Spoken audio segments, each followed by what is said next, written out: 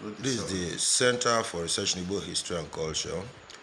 Today is Thursday, the 27th of May, 2021.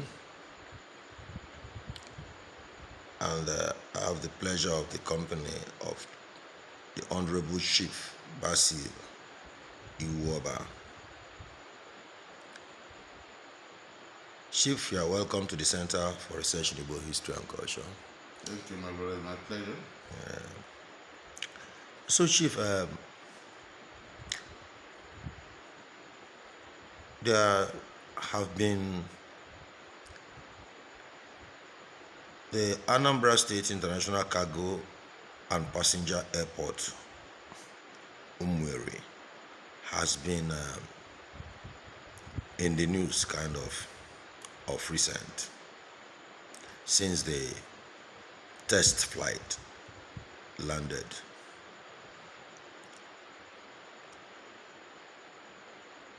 Certain aspects of it have been brought to question. Issues like the acquisition of the land,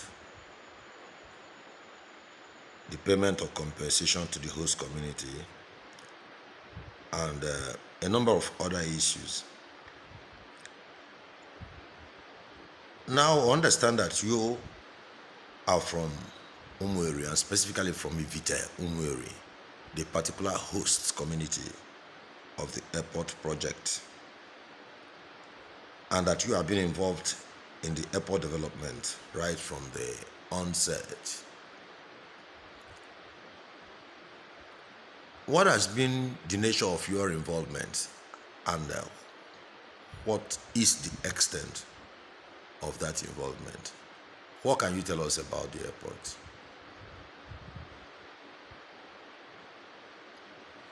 Thank you very much. Let me start by correcting that name you mentioned. The airport name is Ivite Umueri International Cargo Airport, Anambra State. That's the name of the airport. But what happened the billboard at the time of the test flight and things was Anambra State International Cargo Airport? Yes, I don't know what they're writing. They are writing what they want to write. But I'm telling you today that very soon you will see it unveiled that the name on the license is the Umueri International Cargo Airport, Anambra State. That's interesting. That's the name on the license. That's by the way.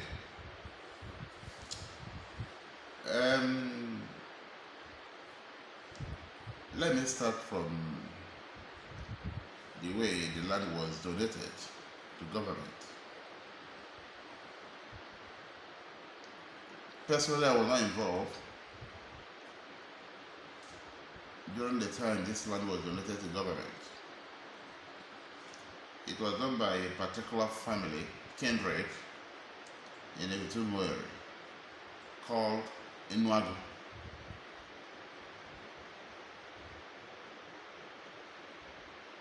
I can't remember the actual year or date, but I knew Chris Nje was said the governor of Anambra State, and I was working under his government. My father called me one afternoon on phone, my late father,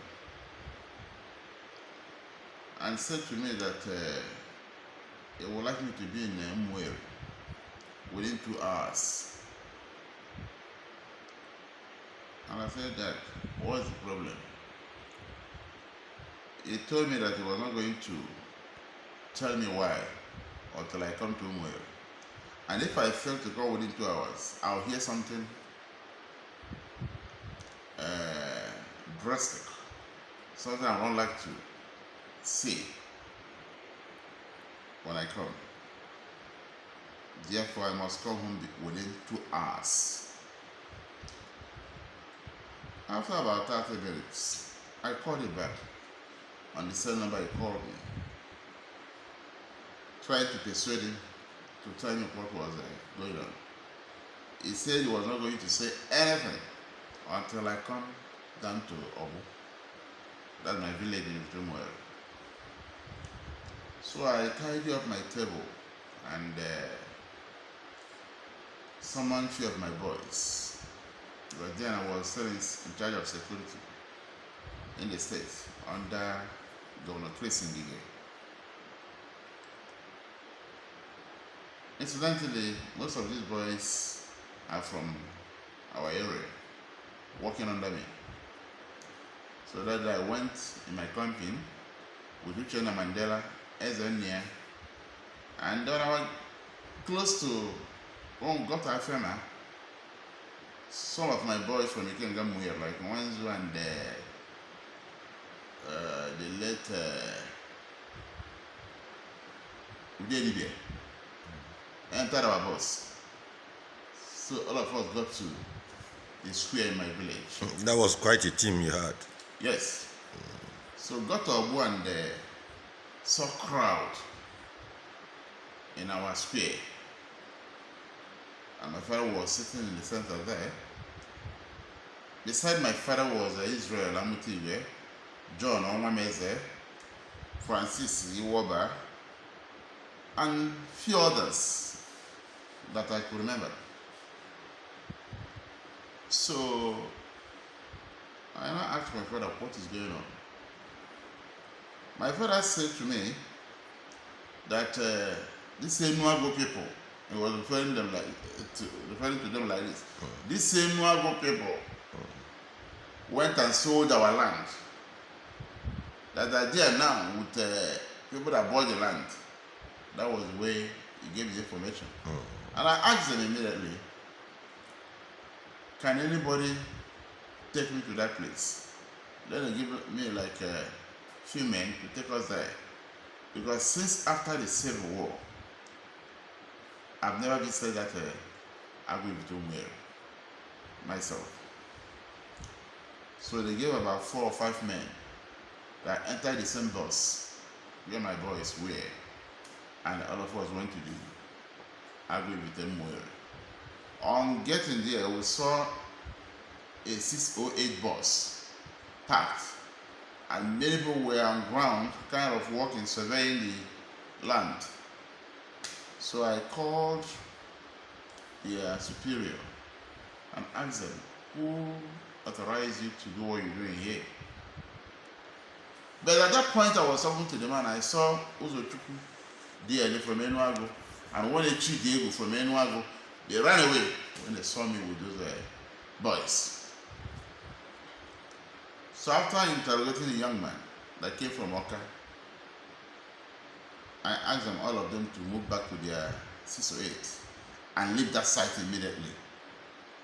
Because they saw boys with their pumps, these vigilante boys that went with me, everybody ran to the 608. That was how they left the site. And I came back to the square, dropped those men where my father and them were, and left back to Awka. When I got to Awka, exactly this house, within 20 minutes, the governor called me on phone and summoned me to come to the lodge. So when I got to the lodge, the governor was asking me that I used the state apparatus in fighting the state. I said, I don't understand what you mean, Your Excellency. He said at lunch he went to where our Minister of Land people were working and chased all of them away with boys and vigilante boys. I said, yes, I did, Your Excellency, because you never told me you were taking over my land while I was here working, guiding your person. And I started raising voice. But after about 45 minutes, due to our closeness, they calmed down and started proving to me that the land belongs to government. It doesn't belong to us, even if it's our land. They brought out his constitution, a Nigerian constitution, and was putting exactly these things I'm supposed to know. I thought the doctor in Dr. Ngige is a medical doctor. He's more of a lawyer than a medical doctor. He You mean reads more than lawyers. You mean it? I was very close to him. I was very, very close to him. In short, I don't meet with him outside. We meet in his bedroom. We were very close there. Very, very close. He's here. He can attest to what I'm saying. So he started putting this constitution for me, proving to me that the land does not belong to Umwere people. It belongs to government. That's the only economic trees belongs to us. So from there, we started our usual chatting. I now said, he now asked me to tell him about the land in question. Who are the original owners of the land? I now took time to narrate to him how the land was. I told him the land belongs to Ivitumwere people, not to Imago people. Imago is a kindred in Ivitumwere. You understand? So when I told him the truth, he knew me as a truthful person. And he said to Commissioner Land and Pamsec, who were waiting in the parlor for us there, that they should go down with me, whatever I tell them to do on that file, that way they should do. So I left lodge with the Pamsec and the Land Commissioner. We got to their office. They brought a file prepared and submitted by Enuagu people. I told them no. They now said I should do the right thing on the file. That was when these documents you are seeing bearing my name came in. And I took that file away, reported back to the Umwere people. Right? And we are given mandate to do the right for them there. We now did the right thing there by changing the whole documentation they did. On behalf of Enuago, we now change them to Ivite Umwere. Because the land belongs to Ivite Umwere. It's known as Agu Ivite Umwere. Okay. So we now formalize the donation did by Enuago people. I'm talking about Paso A. Okay. We now formalize the donation Enuago kindred did to state government. So it was like Ivite Umwere was now validating and ratifying Validating and ratifying the donation of the land. of the land. Okay. Because I cannot say no from what they did. What they did was right, but not the right people that did it. Okay. I can't say no to what they did. That's a development for goodness sake. I love that. I supported it. But the only thing that the people that did it were not the right people to do it. They were doing it out of greed. Because they knew the land belongs to Ivite Umwere. And I stood in to defend Ivite Umwere. My father briefed me very well about the land. My uncles briefed me very well about the land. And I knew the land belongs to Ivite Umwere. That's why I'm fighting, defending that land since I grew up as a man. I've been in defense of that land because the land belongs to Ivite Umwere. It's not any kindred, any individual. The land belongs to Ivite Umwere people. So at that point, had there been any monetary compensation or benefits the Enuago people who did the initial transfer? Not at all. You know, it was at the verge of that donation that we came in. That you came in. That alarm was raised in the village, and my father summoned me home. Yes. So we now went and chased away the surveyors who were working on the land. So when we now chased them away, this issue I inherited now came on board. Okay. And during that period, we changed the documentation for and on behalf of Ivite Umwere, which is what led to the money they're eating today. Without looking for me, who did that magic for them? Today they're giving me names. I gave their land out. And all of them knew what I'm saying today is the correct situation, how I came in. People who were there when I was summoned by my father are still alive. They can testify to what I'm saying. So many of them are there. Why I'm not worried is that even in the Bible, Moses did everything. They couldn't enter the promised land. So I can see myself as Moses with them weary. I did everything for them. I gave them what they're eating, but I couldn't enter to eat it with them. No, you will enter. You will enter. And today, they're calling me names. Basil did this, Basil did that. Most of them knew the truth. Enough of people are there to testify what I'm saying. In short, in one of the meetings, Okebomwe II invited the stakeholders of Itemwe to his palace. I happened to be in that meeting. Because I was specially begged by Okebomwe to be in that meeting.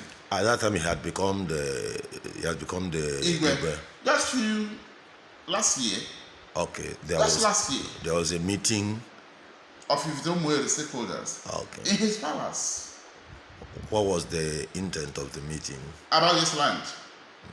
About this excessive taking of land. Yes. And how the land was given. Okay. So he brought me to that meeting to tell them everything I knew about this land. And before I started responding to his question, I kind of warned my people not to call me again on this land issue. I pleaded with all of them there, right before the Igwe, that I would not want my name to be mentioned anywhere again concerning this land. All of you are jumping up, eating this money without asking where is Basil. And every day is someone here to ask me about the land. That I wouldn't want anybody to call me again on this particular issue of the land. Thank God nobody is putting me anywhere that I ate their money, or I collected their money, or I sold their land since I was born. But I tell you, for more than 25 years, I was the one shouldering financial responsibility of Ifitumwere. Ask anybody in Ifitumwere when last they contributed ₦1 for any project or any case that came up as a commodity. Ask anybody. As you are going around, as and when last they contributed ₦200 as a contribution communities usually do for development of their town or for issues that arises from one side or the other. Ask anybody in the same way. So what I'm saying is that concerning the land, I didn't give any land. I never donated the land to government. Rather, I saved Ifitemwe from a big crisis. If anyone would have collected this money alone, today, I tell you, anyone would not be living in Ifitemwe. The rest will chase them away from Ifitemwe. Because I know how violent my people could be in things like money or issues concerning money. But I saved them from that crisis by doing the right thing. That very time we did the change on documentation. Now, in taking that action, what do you think was the motivation of the Enuago people? Were they trying to assert sole ownership of the land? That's exactly what they were saying. Up to today, that was exactly what they were doing. I want to understand, it's possible that they were just acting as the usual land speculators who just wanted to sell some land, pocket the money on something. Something like that, but a little, how do I put it? If you call them land speculators, it's not too wrong. But not only that they are land speculators, they are claiming the sole ownership of the land. They are claiming sole ownership of the land. They're putting us into so many problems in the past. But most of them knew the truth. Ivitumuere, at a point in time, left that land for the Eze.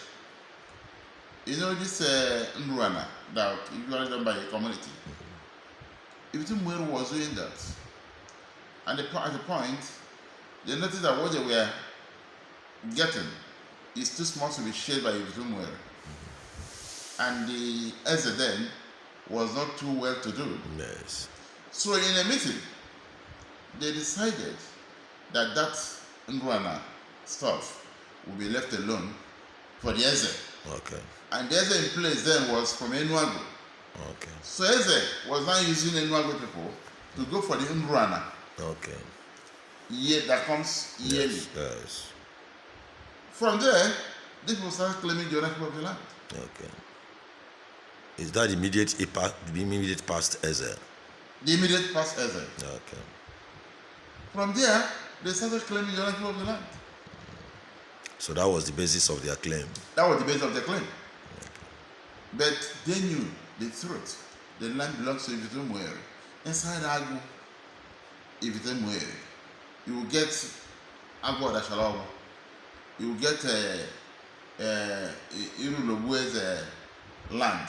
You will get Anamachoji. These particular portions belongs to various kinbreds in Ivitumuere. The land belongs to Ivitumuere. That's the truth. And that was why I was defending it with my last blood. So your role in the process was the recovery of the land from the Enuago people. Of course, that's what I did. And at that point, nobody had any financial benefit from Nobody. At that point, even when I came in as the chairman of Ivitumuere, till I finished my 4 years tenure, money didn't come out. So at what point did Peter Oyaka came in? Maybe about 3-4 months to the expiration of his tenure was when this money was released to us. The first 140 million. But after commission by this attorney, our attorney and what have you, the money came to 125 million or 130 thereabout. The first payment we received. That was for Parcel A then. For Parcel A then. Under Igwe Benemeka. Then it was not Igwe. But we elected the BOT chairman. Okay. Which I was a member of the BOT, representing my kindred, Umayo kindred. Igwe was representing his own kindred, Iruago kindred. And 7 others that came from different kindreds in Ivitumuere. Okay, there was a kind of 9-member BOT. Okay. We got have 9 kindreds in Ivitumuere. So we had a bylaw that stipulated every kindred must have a representation or a representative in the BOT. And during Peter's tenure, when this one was about to be paid, they now asked every kindred to submit their representative. That is what brought 9 of us together as BOT members. And we received together only the first money. Only the first payment we will receive together. The rest, manipulation and trouble came. And all of us were chased away. The rest money was received by Igwe Benemeka and 2 others. How they share it, they are the only people that will give account of how that money was shared. Only the first one followed the bylaw stipulated by Ivitumuere people that the money will be shared into 3 villages, namely Mbwede, Obu, Umuatol. And that one was received during your tenure as the chairman of Ivitumuere? Not at all. Okay, so you had already left. It On was the in the time. inspiration of Peter Oyaka's tenure. Yes. But what happened is that I represented my family, Okay. my kindred, Yes. in that BOT formation. Okay. And that period, we shared the money the way it's supposed to be shared. According to the bylaws. According to the bylaw. Yes. The rest money collected was not shared according to the bylaw. Manipulation started coming in. Building projects that we never see, started coming up. That was how the money went. So I'm not in position to talk about the money. I am not in position to talk about the money. When that time comes, the people who handle the money, people that share the money or use the money, however they use it, will tell us how the money went. I am not in position to say about the money. Thank God today nobody will say, BASIL sold our land or I took their money. Nobody can say that and start the project. Nobody in Intl. At large. Nobody can say that. If you can recall, you know I've been in government of Intl for a very long while. Yes, indeed. I started at the age of 22, 23 in activities of Intl in particular. But let me tell you, you can never find a place to hold me that have misused fund or if fund, because I've been very, very careful in doing all this. More than careful. Instead of saying I took, you will say I gave. You can never say I took the money belonging to the community, or I ate the money, or I sold their land. That can never be said of me. Well, Chief, thank you for these elucidations, and you've been very helpful in understanding the things that happened. We'll just have a few seconds left in this segment. We will take a break and then come back to look at a number of issues again that have come up in your discussion of the airport project. Thank you. This is Center for Research in Igbo History and Culture, and we've been talking with Chief BASIL IWUOBA, who, like you have heard, has been a leader of the the host community of the International Cargo Airport, Anambra State, as he has told us. So thank you. You might like to subscribe to our channel by clicking on the subscribe button, so you'll be able to see the rest of this interview, and also enjoy other videos and programs, projects, and activities relating to the history and culture of the Igbo people. Do so and see you at the next video. Thank you.